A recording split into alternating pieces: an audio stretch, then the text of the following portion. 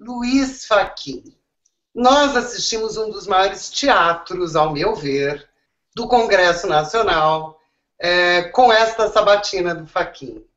Ao meu ver, também, ele apontou o seu conhecimento jurídico na ideologia clara da política jurídica que foi instituída no Brasil através de análises que fundam as decisões dos magistrados na famosa e conhecida função social do Estado. Função social esta que não é definida juridicamente por nenhum instituto, mas que tem sempre a definição política do governante, que define qual é a função social do Estado, e o nosso governante, que é o PT, há mais de 12 anos, vem definindo a função social do Estado como uma função do próprio governo e não mais do Estado, enganando a população, implementando os projetos e os programas assistencialistas para o domínio do país e a implementação do comunismo. Muito bem, alguns dos congressistas, todos vocês que acompanharam, chegaram até colocar o dedo na ferida. E, especificamente, Magno Malta o encurralou para deixar muito claro para as pessoas que estavam assistindo a essa sabatina qual será a posição de Fachin quando tiver que julgar determinadas matérias que são muito sensíveis para o Brasil hoje e que são instrumentos da revolução cultural implementada pelo PT no Brasil. Ora, isso acabou, ele levou a sua esposa para tentar mostrar que ele é um defensor da família. Evidentemente, todos nós brasileiros sabemos que não basta ser casado para você ser defensor da família. Os esquerdistas também são casados e propõem, através de medidas legais, a destruição da própria família.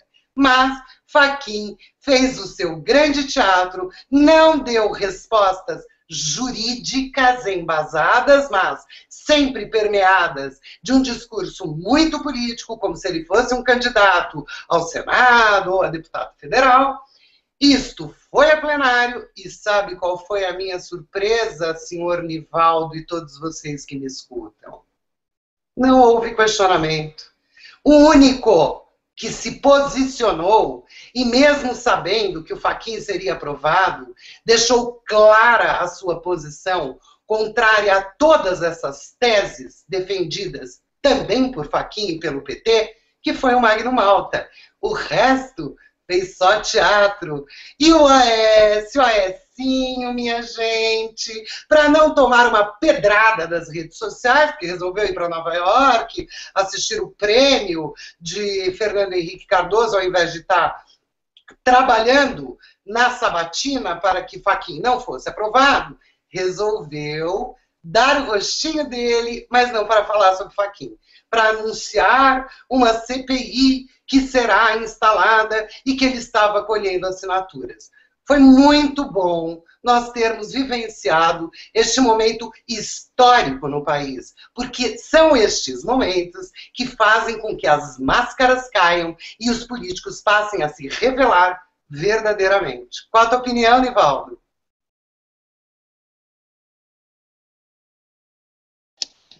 Denise, tudo em torno do episódio do Fachin foi patético. E eu sublinho aqui a patetice dele, que gravou vídeos para enfatizar essa súbita conversão ao conservadorismo jurídico. É claro que isso é tudo uma palhaçada. Mas de todo esse episódio, o que mais me deixou entristecido foi a nota que a Mônica Bergamo deu, acho que na sexta, dizendo que o Fachin só foi eleito porque a bancada ruralista votou a favor.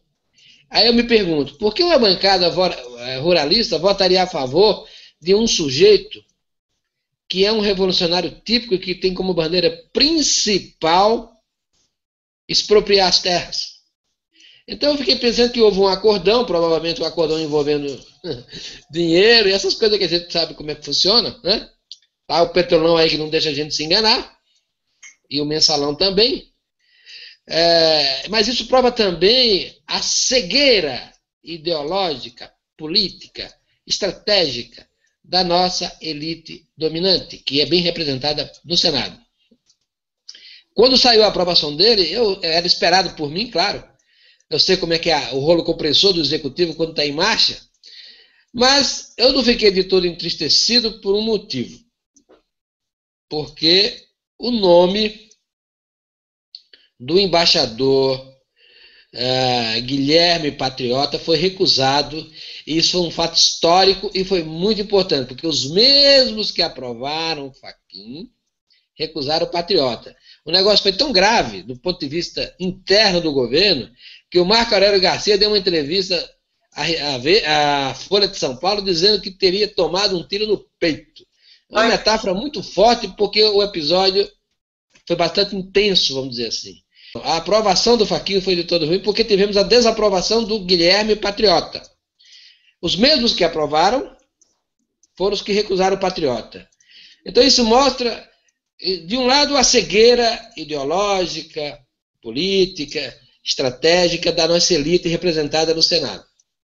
E do outro, a gente mostra também que essa mesma elite, embora esteja cega para o comunismo, como tem sido desde que o regime militar caiu, e até de antes, né? Ela agora está dando alguns arroubos de autoconsciência.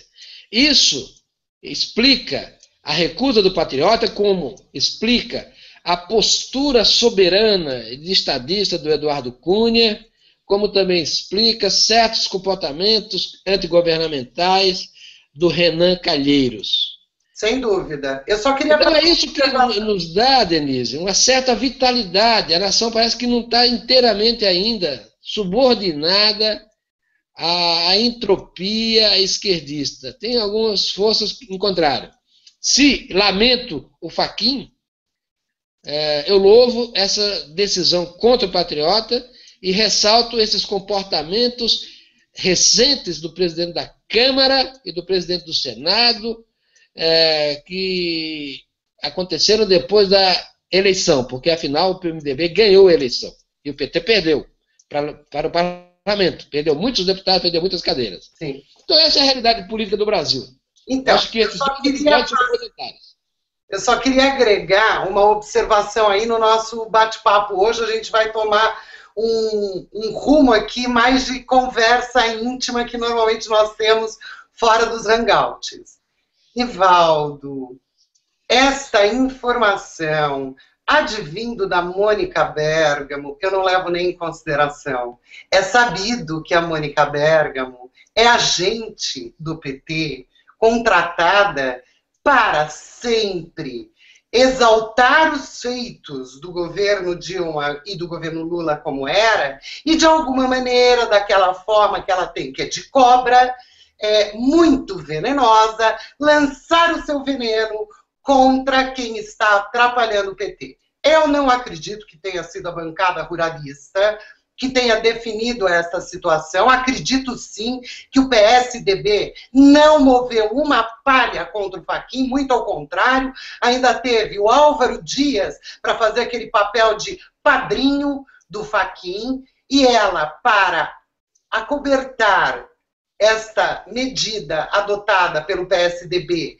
que mais uma vez demonstra a sua aliança progressista e, portanto, esquerdista com o PT, ela resolve jogar em quem? No Caiado. Esta é a grande bancada ruralista que temos. Ela, mais uma vez, afirma sem nenhuma base para fazê-lo, mas tenta desviar o foco da perda que houve, porque o PT também perdeu nessa votação do Fachin. Nunca aconteceu no Brasil, nem na sabatina do Toffoli, que era um nome também muito contestado, por também ter sido advogado do Lula, por também ter advogado para o MST, mas nunca ter defendido publicamente essas teses esdrúxulas que o Fachin defende, e nem na sabatina do Toffoli teve tanta pressão sobre um candidato, tanta mobilização, inclusive trazendo provas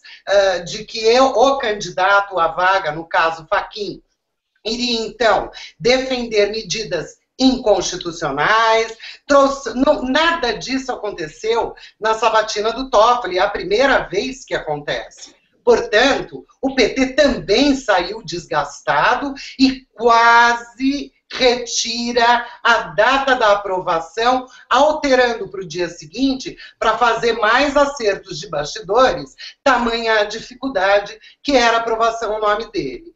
Então, eu continuo mantendo a minha posição de que eu não entendo a postura do PSDB, eu acho que é chegada a hora do nosso país acordar para a realidade de que em todos os momentos críticos que nós precisamos da intervenção do Fernando Henrique, quando Lula era presidente, e foram 2 momentos que eu pontuo porque eu estava dentro do Palácio do Planalto e, portanto, eu fui testemunha do fato, Fernando Henrique passou a mão na cabeça, jogou a toalha e não deixou sair os 2 pedidos de impeachment. Um no mensalão e o outro na queda do avião da TAM, onde havia um clamor muito grande depois do top-top do mesmo Marco Aurélio Garcia, que hoje se sente esfaqueado em seu coração, porque o seu menino, o seu garoto patriota, vai ser patriota em outra nação, porque não foi aprovado para defender e representar o Brasil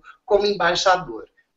É isso que eu penso. Eu não posso deixar de trazer a informação do bastidor de que comentários de Mônica Bergamo devem ser muito bem analisados e repensados na medida em que nós já tivemos várias oportunidades em que houve um acertinho ali com Mônica Bergamo da Folha de São Paulo, que já está virando o mesmo folhetim do PT, né, e não um jornal, e que acaba tentando jogar as culpas para a chamada elite branca e burguesia, sempre exaltando os feitos de Dilma Rousseff.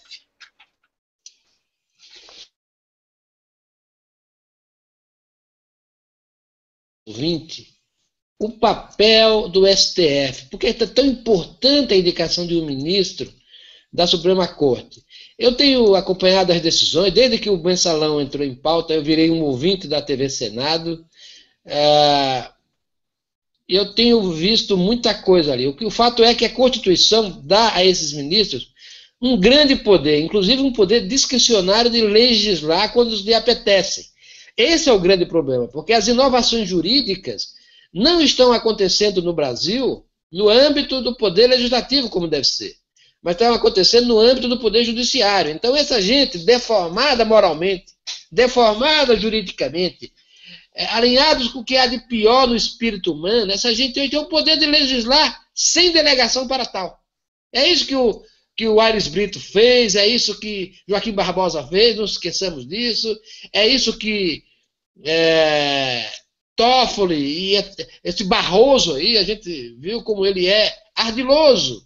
É um homem de extremo perigo porque ele tem uma extrema inteligência, mas uma inteligência para o mal. Então essa gente tem o poder de interferir na nossa vida prática, nos contratos, na liberdade pessoal, nas instituições como a família, nesse negócio horrendo que é o tráfico de drogas. Eles estão fazendo uma força muito grande para liberar isso aí. Então essa gente não tem limites. Por isso que a indicação de um ministro do STF com tendências assim tão dissolutas como é esse tal de Fachin, é um desastre para o país, porque eu não espero, não espero dele pouca coisa, não espero muita coisa negativa.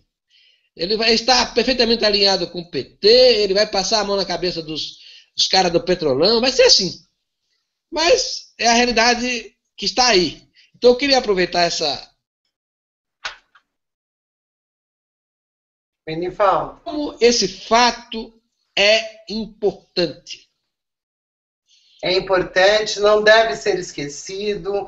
Devemos, então, acompanhar com olhos de linces todas as atividades de Fachin.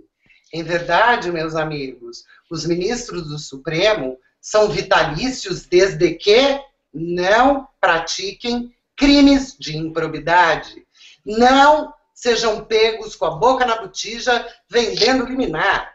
E nós temos, então, que nos aproximarmos mais da TV Justiça, acompanharmos as votações, porque a depender de como for conduzida a Suprema Corte, as nossas mobilizações também terão que ser dirigidas ao Supremo Tribunal Federal, de forma que nós não rasguemos a Constituição Federal pelas mãos do próprio Supremo Tribunal Federal. Graças a Deus, nós ainda temos lá os nossos ministros considerados dinossauros, porque não são formados nesta era da função social do Estado, que são legalistas, constitucionalistas, técnicos e juristas de primeira qualidade, e como Celso de Mello, que nós temos que louvá-lo mais do que nunca, porque ele poderá, então, conduzir a nação, sob o aspecto jurídico, de uma forma mais conservadora,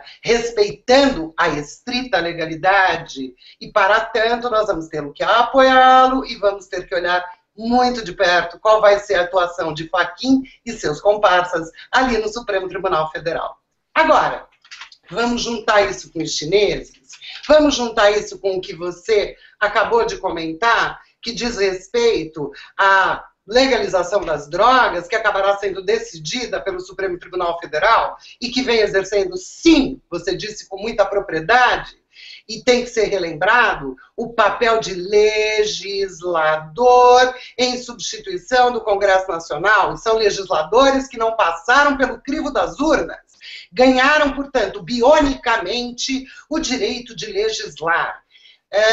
Juntando, e, portanto, a indicação de Fachin com algumas decisões que advirão do Supremo Tribunal Federal e pegando o link da legalização das drogas, eu gostaria de lembrar a vocês que enquanto a marcha da maconha brada pelas ruas pela legalização da droga, num momento em que utilizar droga, inclusive a maconha, é crime e, portanto, isto não é liberdade de expressão, mas instigação à prática de um crime no dia 24 de maio de 2015. O que será daqui a um ano, não tenho a menor ideia.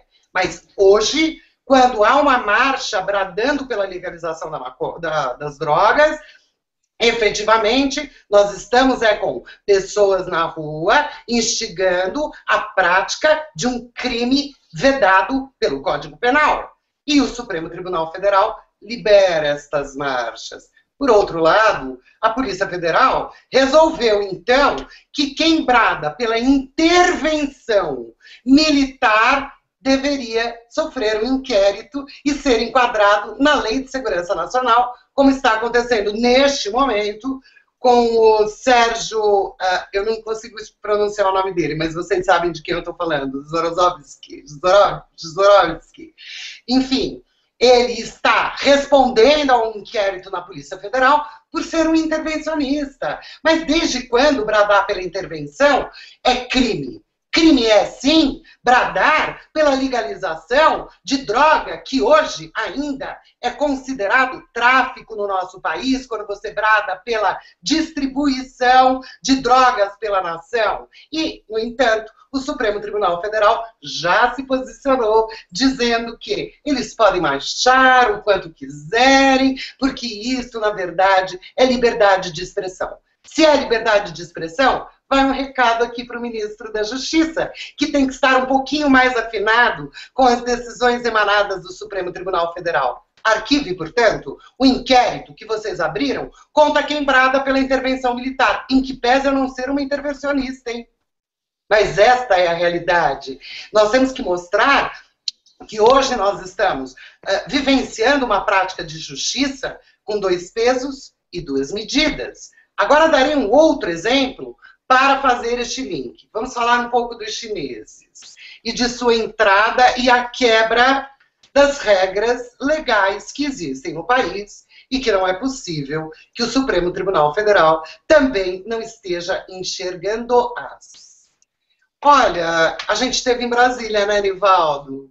Você esteve lá no mesmo período do que eu aqui nessa semana. E estar em Brasília é muito bom para você conseguir circular nos bastidores e colher as informações, contrastar com as realidades que você já vem detectando para poder formar a sua própria opinião. E veja o que eu soube em Brasília.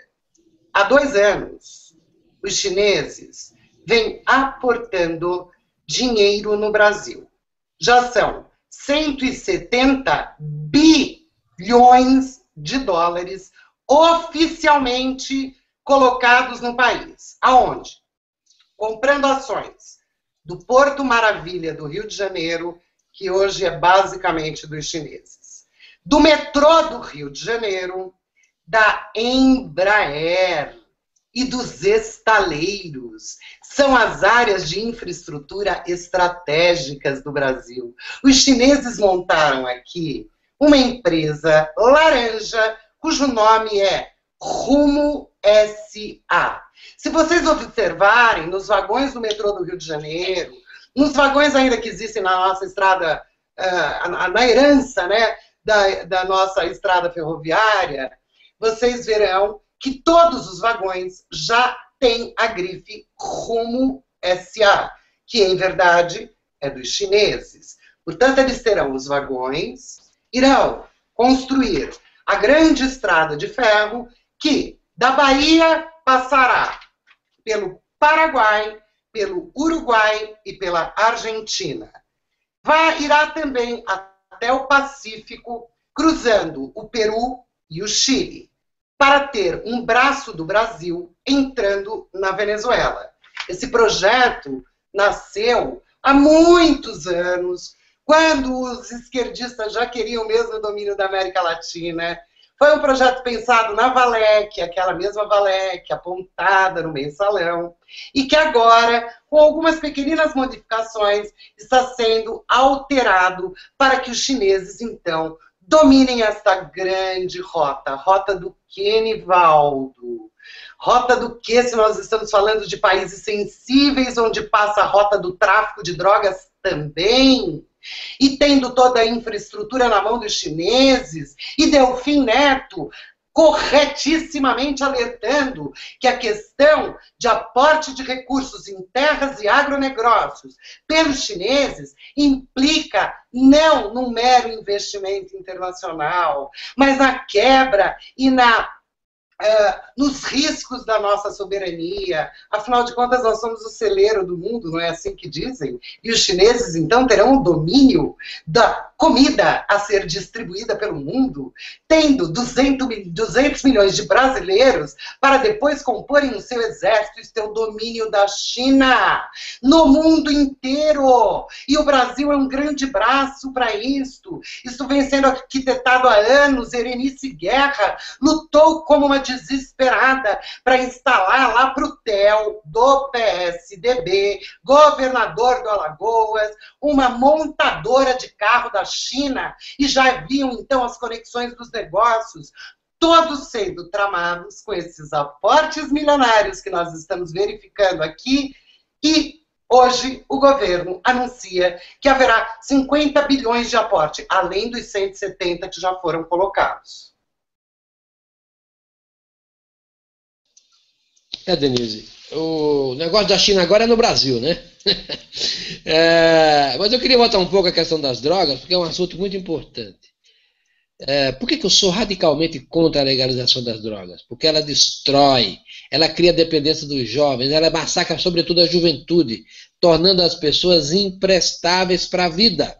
É um assassinato de vocações, é um absurdo aquilo lá. E a defesa da droga, dentro do ordenamento jurídico brasileiro, não é uma liberdade de expressão, é uma apologia ao crime, portanto um crime enquanto tal, previsto em Código Penal. Então não podemos esquecer disso. Com relação à questão do capitão aí que você falou, que pede pela intervenção militar, isso sim, isso é uma ideia política, que você pode não ter simpatia por ela, mas você não pode impedir que alguém manifeste a ideia, porque ela em si é inócua, é apenas a manifestação de um ponto de vista, portanto cai dentro da liberdade de expressão, muito ao contrário da questão do tráfico de drogas, que é uma apologia ao crime, simplesmente. Mas voltemos à questão da China. Eu disse que a questão central era a questão estratégica. E por que eu disse? Porque é o seguinte, quando o Brasil por exemplo, deixou de pagar os banqueiros internacionais, ou quando a Petrobras deu espaço a moleque aí nos investidores estrangeiros aí nas suas ações por conta da má administração e da roubalheira desbragada, o que é que os investidores e banqueiros internacionais fizeram? Eles foram à justiça.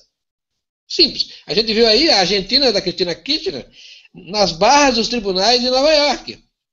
Agora, quando você faz negócio de governo, não tem a instância jurídica mediadora.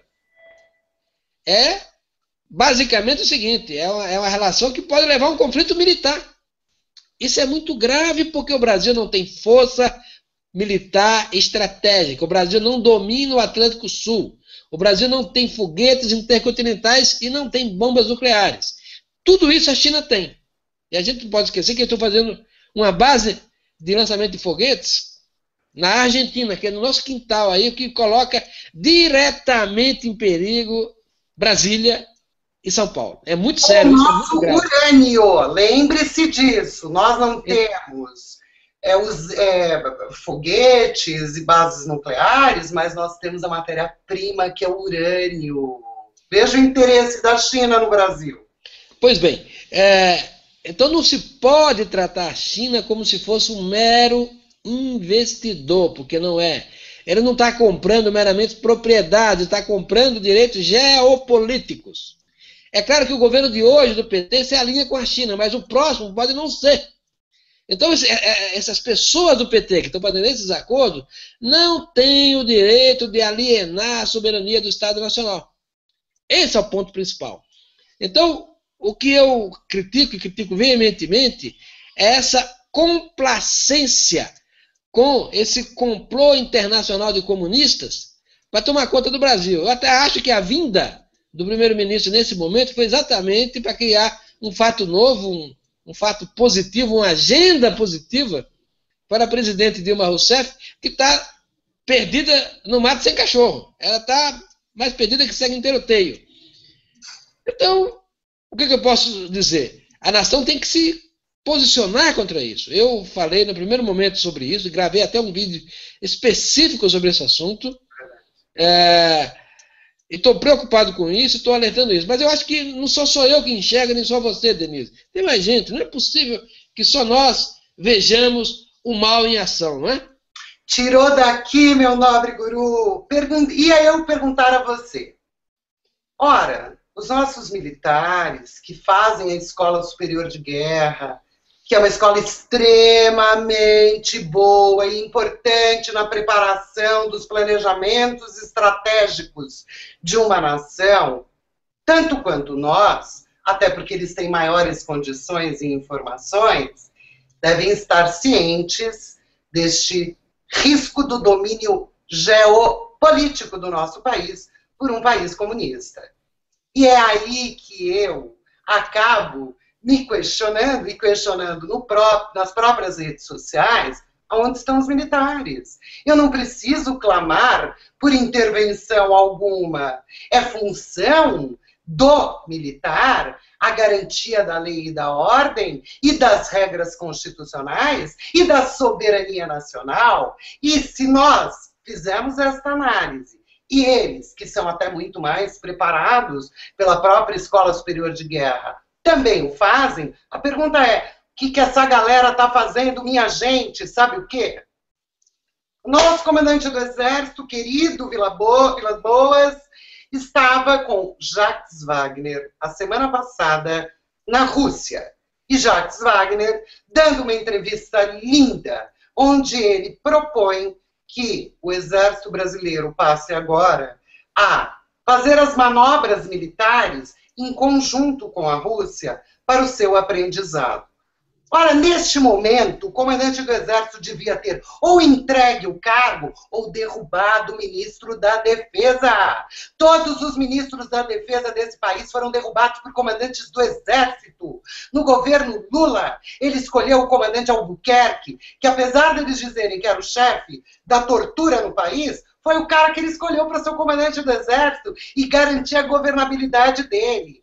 Em 8 meses, não, 1 ano e 2 meses, o ministro Viegas foi derrubado numa reunião em que eu estava presente, pelo comandante do Exército, que desceu para a sala do Lula e disse, ou eu e todos os outros comandantes, ou ele. Como um país não pode ficar sem área de defesa, é evidentemente que quem dançou foi o Viegas. Faça-se o mesmo. É chegada a hora de nós vermos um posicionamento. Aí, alguns militares que são amigos meus, eu adoro muitos deles, e os respeito muito, me disseram, ah, você está desviando o foco, está jogando a culpa no militar e não no PT. Não, de maneira nenhuma.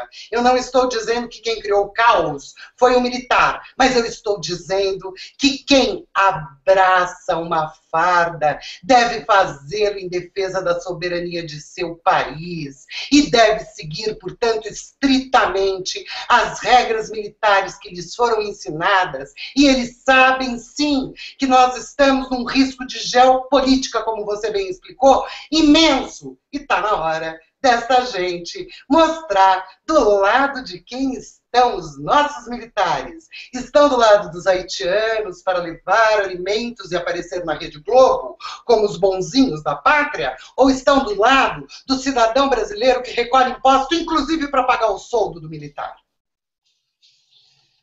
Denise, eu acho que se houver um acerto para fazer manobras militares da Rússia com o Brasil, vai se criar um grande constrangimento com os Estados Unidos. É um absurdo do ponto de vista nacional, do ponto de vista geopolítico, que o nosso aliado natural, eu diria mais, o guardião do Brasil, são os Estados Unidos. Eles têm sido isso em última instância. A gente viu o papel que eles tiveram em suportar a febre na Itália. De vir matar a nossa gente aqui no litoral, se não fosse com a ajuda americana. Ajuda material, ajuda estratégica, todo tipo, armamento. Claro que o Brasil de hoje não é o Brasil de 1944, 43. O Brasil de hoje é muito mais industrializado, tem muitos meios que não dispunha antes. Mas nós não temos o escudo nuclear, nós não temos uma esquadra no mar capaz de fazer frente a um esquadrão de ataque da China. Então não dá para brincar com essas coisas. Fazer exercício militar com a Rússia e fazer aliança militar com a China é um tapa na cara dos americanos, que são nossos parceiros naturais. Esse é um erro histórico. É muito grave o que o governo do PT está fazendo. É um crime contra a pátria. É assim que eu penso, Denise. Pois é, Nivaldo, eu concordo que o ajuste fiscal lastimavelmente é necessário, tendo em vista o fato de, durante todos os anos do governo Lula e os 4 anos do governo Dilma, nenhuma medida de austeridade ter sido implementada, ao contrário. Foram criados inúmeros ministérios, a máquina administrativa foi totalmente inflada para a acomodação de acordos políticos e conquista de votos no Congresso Nacional. Isso é um vexame, né, gente? O cara virar deputado federal e depois negociar carguinho, ao invés de dar satisfação ao povo que votou nele, para mim é assim o fim da picada. De qualquer maneira, é a prática que foi implementada aqui no nosso país e continua sendo adotada com êxito econômico para eles, os deputados e os senadores. Então, Nivaldo, o que eu me pergunto é, por que essa quantidade de ministérios? Por que essa quantidade de servidores públicos para poder constituir a máquina administrativa desses ministérios? Como é que algum governante... estatais foram criadas. Como é que algum governante pode propor um pacto com uma nação de um ajuste fiscal sem dar a contrapartida? A prestação de serviços essenciais, saúde, educação, vou falar só dessas, e segurança, vamos por só essas 3. São uma porcaria. Portanto, o cidadão nem se sente estimulado a pagar um imposto porque ele sabe que não vai receber nada em troca. O mínimo que ele deveria receber era uma boa prestação de saúde, uma boa prestação educacional e uma boa prestação de segurança da população. Ele não tem isso, então ele não tem o estímulo para querer pactuar ajuste fiscal qualquer. E pior do que isso, não dá para pactuar ajuste fiscal com um governo que inflou a máquina administrativa de uma maneira inigualável, aliás, como os comunistas gostam de fazer, e que gera um custo imenso. Em nenhum momento essa senhora, eu ia falar uma palavra aqui desagradável, que eu costumo não utilizar publicamente, então vamos substituir por senhora mesmo. Esta senhora ousa querer aumentar impostos e, pior, criar um imposto para poupança acima de 20 mil reais, considerada como uma grande riqueza.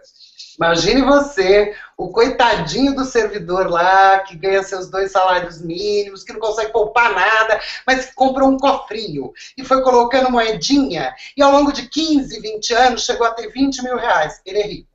Ele virou rico porque a presidente da República, através do Joaquim Levy, que vai ser, sim, fritado na pastelaria do PT, e a única forma dele se salvar é sair antes, Joaquim Levy vem com esse discurso, essa proposta esdrúxula de colocar imposto para quem tem uma poupança acima de 20 mil reais. Aí é lógico que vai ter dinheiro, vai ter fuga de dinheiro da poupança, né?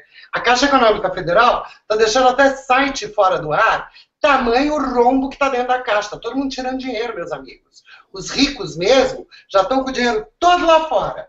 As pessoas jurídicas, as empresas, não têm mais recursos. Eles jogaram tudo na pessoa física e as pessoas físicas estão com seu dinheiro aportado lá fora.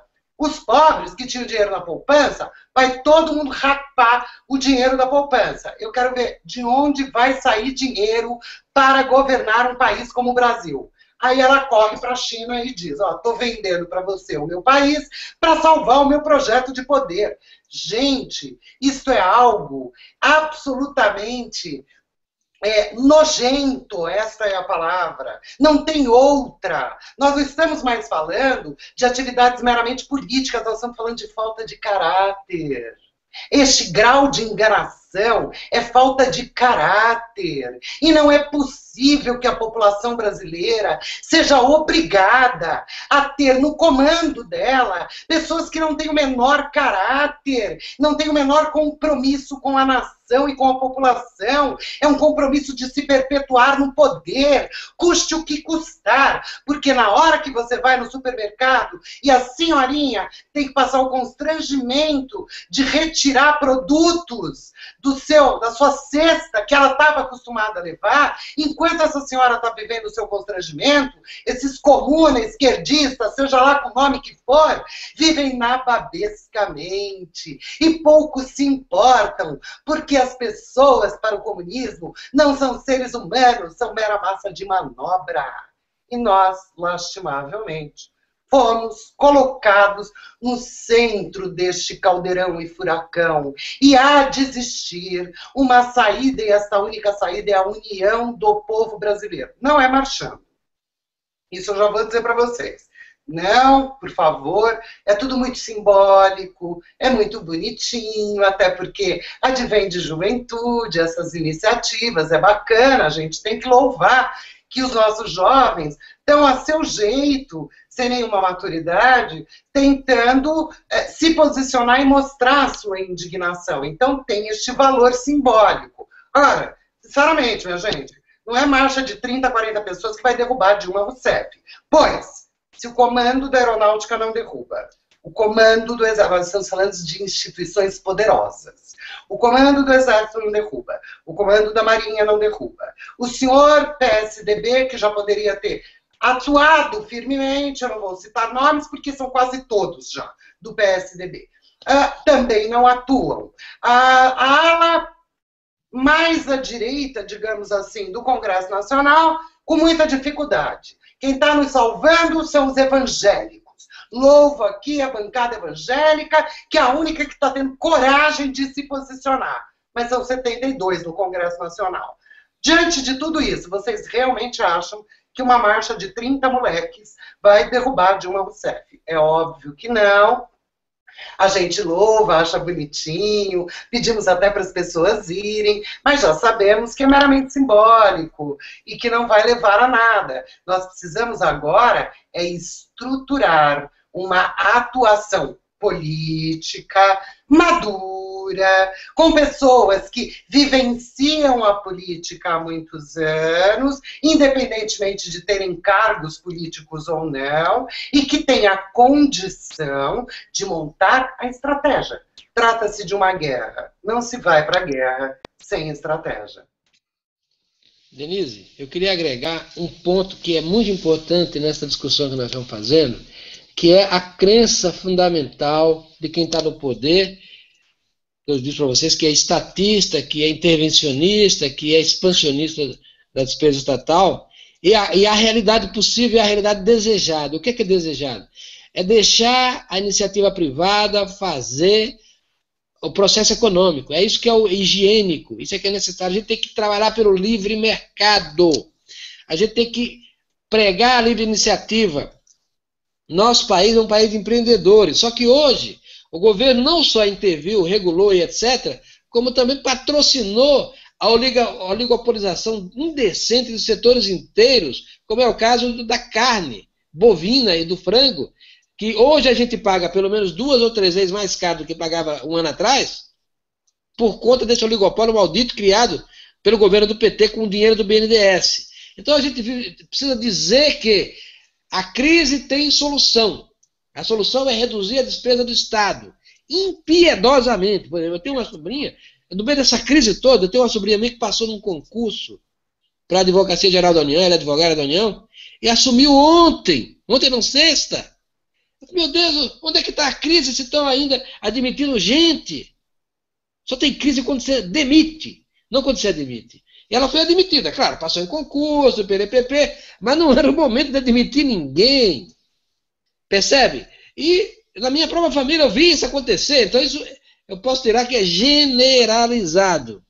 Então, Denise, uma das coisas que eu preciso fazer, e estou tentando fazer, é essa pregação pelo livre mercado, pela livre iniciativa, porque é a solução, não existe outra. O livre mercado protege as liberdades individuais, permite que cada um de nós realizemos as nossas vocações e uma prosperidade que não depende de governo. Isso é muito importante. Hoje no Brasil, quem não tem negócios com o governo caminha para a falência. Aliás, quem tem negócio também está caminhando para a falência. Com certeza. O livre errado é que quebra até os parceiros. É isso. Mas o mais importante é o seguinte.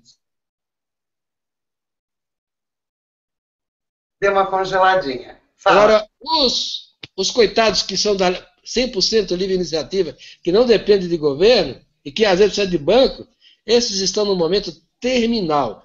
Eu tenho um amigo que é contador, ele entrou o ano com 300 empresas de cliente dele. Ele falou, Nivaldo, só nesse ano 20 já fecharam as portas. 20 em 300. É claro que não é uma amostra, mas é um dado. É o desastre que a nação está vivendo nesse momento. E basicamente quem está quebrando são as pequenas e médias empresas, que são o esteio do emprego nesse país. Então é um desastre que nós estamos vendo. Um desastre. Eu digo a vocês, mesmo esse ajustinho fiscal que fizeram, não vai ser o bastante para salvar. Até porque eu acho que muito disso aí é vento. Ele está fazendo engana tocha, que é assim que ele gerencia o orçamento. De modo que eu sou muito pessimista para o que vai acontecer na economia nos próximos 3 anos. Vai ser um desastre. Você, meu amigo, que está a nos ouvir aqui, prepare-se. Faça o que eu tenho dito sempre. Não se divide e poupe aquilo que você puder. Porque tempo... Não poupe na poupança que tu vai tomar um golpe em breve.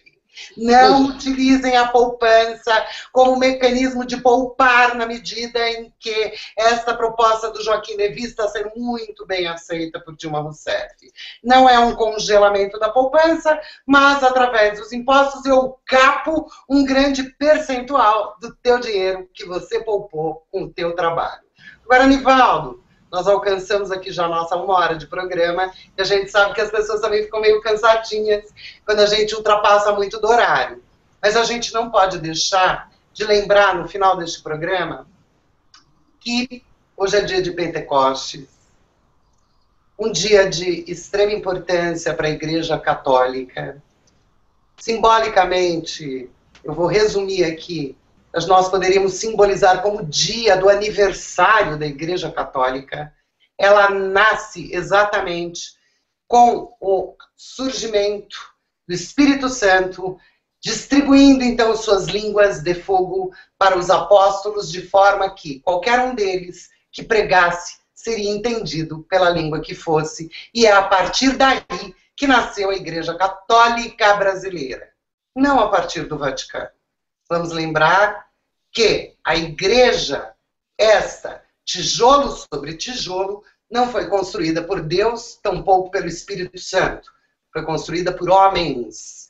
Homens estes que, ao darem continuidade à palavra de Deus, foram se tornando papas. E o movimento revolucionário mundial começa a transformar também o Vaticano, que não mais tem utilizado mensagens de Deus, mas mensagens infiltradas desta política esquerdista. E tivemos que assistir, nas últimas 2 semanas, 2 beatas palestinas, 2 freiras palestinas virarem beatas, e não bastasse isso. Beatificou-se, então, o senhor César, acho que é Romero o nome dele, recentemente, essa semana, na sexta-feira, por um único feito. Ele não fez milagre algum. Ele apenas participava da revolução e guerrilha em defesa do comunismo da América Latina e morreu. Ora, nesta toada, provavelmente o Papa Francisco vai pensar também em canonizar Vladimir Herzog, depois que a Dilma morrer, a Dilma também, o Lula Che Guevara. Hã?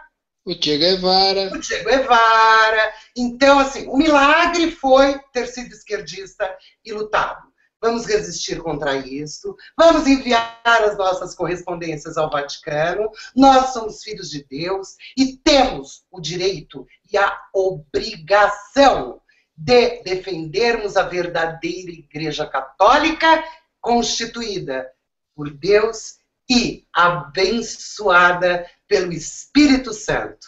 É com esta mensagem que nós encerramos o nosso programa de hoje, desejando a todos vocês muita paz e alegria no Espírito Santo e que os nossos valores que nos foram transmitidos por Jesus, valores de Deus, por Maria, a quem são os católicos, e por Jesus exclusivamente para os evangélicos, mas os valores cristãos têm que ser defendidos por todos nós, independentemente de sermos considerados pessoas que afrontamos a instituição posta pelo Vaticano, que não mais tem representado a palavra de Deus. Dê o seu boa noite, por favor, Nivaldo. Bom, eu só vou dizer da minha satisfação de novo de estar aqui com você, Denise. Foi muito bonito o nosso programa hoje. Eu queria falar algumas coisas importantes para o nosso público e acho que falei. A gente tem que ter a consciência desse momento histórico tão dramático que nós estamos vivendo, e é preciso que cada um de nós fiquemos de atalaia. Nosso país é um país cristão. Então, cada cristão, embora ele não precise se envolver politicamente, ele tem que estar atento. Não se pode esquecer que a ordem política tem que espelhar uma certa ordem da alma. Senão, o mal prospera e toma conta. E o mal em larga escala, o mal estatal, é o pior de todos os males. Lutemos contra ele. Denise, meu boa noite para você e para todos que nos ouvem aqui. Boa noite, Nivaldo. Boa noite a todos vocês que nos acompanham. Já lhes desejei a paz e alegria no Espírito Santo e conto com o despertar cristão de todos vocês para que unidos nós possamos estancar o avanço do desmonte do nosso país. Um beijo a todos e até a semana que vem. A teologia da libertação foi inventada na União Soviética. Então, quem inventou o termo teologia da libertação foi Nikita Khrushchev. E chamou lá meia dúzia de funcionários para implantar esta religião no meio ocidental, para corroer a religião e exercer ali, botar em funcionamento ali a técnica do Antônio Gramsci. Não devemos combater a religião, mas corrompê-la por dentro para fazer dela uma caixa de ressonância das nossas propostas, né? Nikita Khrushchev sabia disso. Né? Então,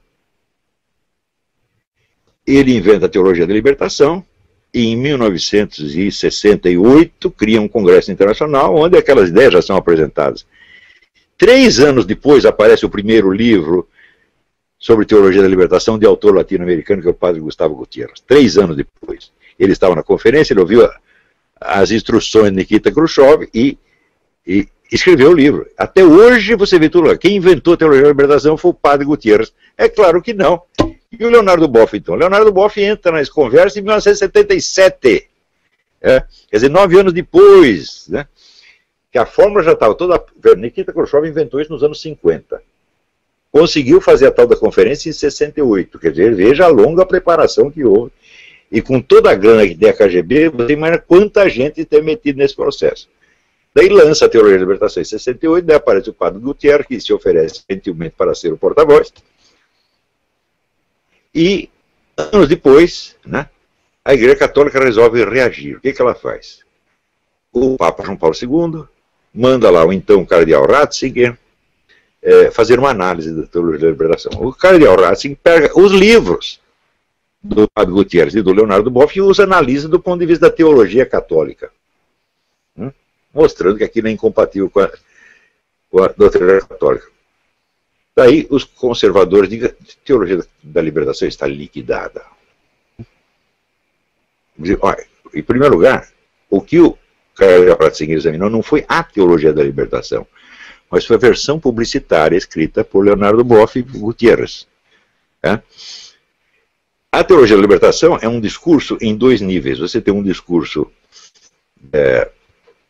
como é que se diz, podemos dizer, descritivo, teórico, que é puramente pretextual, são os pretextos teológicos. E você tem embaixo um discurso apelativo, que é o discurso unificador da militância, onde a militância se reconhece. Esses escritos, então, a partir do momento que eles foram disseminados, eles tiveram um duplo efeito. Um efeito no Vaticano foi chamar a atenção dos teólogos para o aspecto argumentativo, para a teoria da coisa. E eles ficaram examinando isso. Enquanto estava lá o cardeal Ratzinger examinando as altas teorias, o discurso da teologia da libertação estava atuando no nível apelativo, no fundo da sociedade, criando as comunidades eclesiais de base, criando o PT, etc, etc. Tudo isso o cardeal Ratzinger não viu. Quer dizer, ele está pairando na esfera puramente acadêmica, que era o que ele sabia fazer, e fez bem feito, porque a análise que ele faz é muito bem feita, só que, na hora que você demoliu a teoria da teologia da libertação, a teologia da libertação já é um movimento de massas enormemente poderoso. E, mais ainda, a militância da teologia da libertação não está interessada no aspecto teológico da coisa. Se perguntar desses militantes, quantos leram a análise do cardeal Ratzinger? Ninguém leu. Então, eu comparo essas coisas, assim, a imagem que eu faço é o seguinte: o sujeito que começa a frequentar a sua casa, sob o pretexto de que ele quer jogar poker, ou quer jogar buraco com você, mas na verdade ele está interessado em seduzir a sua mulher. Então ele precisa ter acesso à casa. Então ele está lá, ele já está comendo a sua mulher faz meses e você está tudo contente porque você ganhou as partidas de buraco ou de poker, entendeu? Então a vitória do cardeal Ratzinger sobre a teologia da libertação foi exatamente isto. Quer dizer, enquanto ele estava ganhando lá na esfera teórica acadêmica, os caras já tinham ocupado todo o terreno político que eles queriam. Então, isso aí, aliás, é um traço permanente, vamos dizer, da cultura do Ocidente, que vem do preceito democrático, de que você deve combater as ideias e não as pessoas. Eu digo, se você vai combater as ideias e não as pessoas, você vai ganhar todas as disputas acadêmicas e perder todas as disputas políticas, porque a disputa política não é uma disputa de ideias, é uma disputa de poder por pessoas. Se você venceu o argumento do cara, mas ele continua no cargo, e você continua sendo um Zé Mané, ele ganhou, pô. Você provou que ele está errado, mas ele está lá, cheio de poder e de dinheiro, dizendo, estou errado, grande porcaria. Entendeu? Então a teologia da libertação ganhou na esfera política o que ela perdeu na esfera teológica, que não interessa para nenhum dos seus militantes. Então,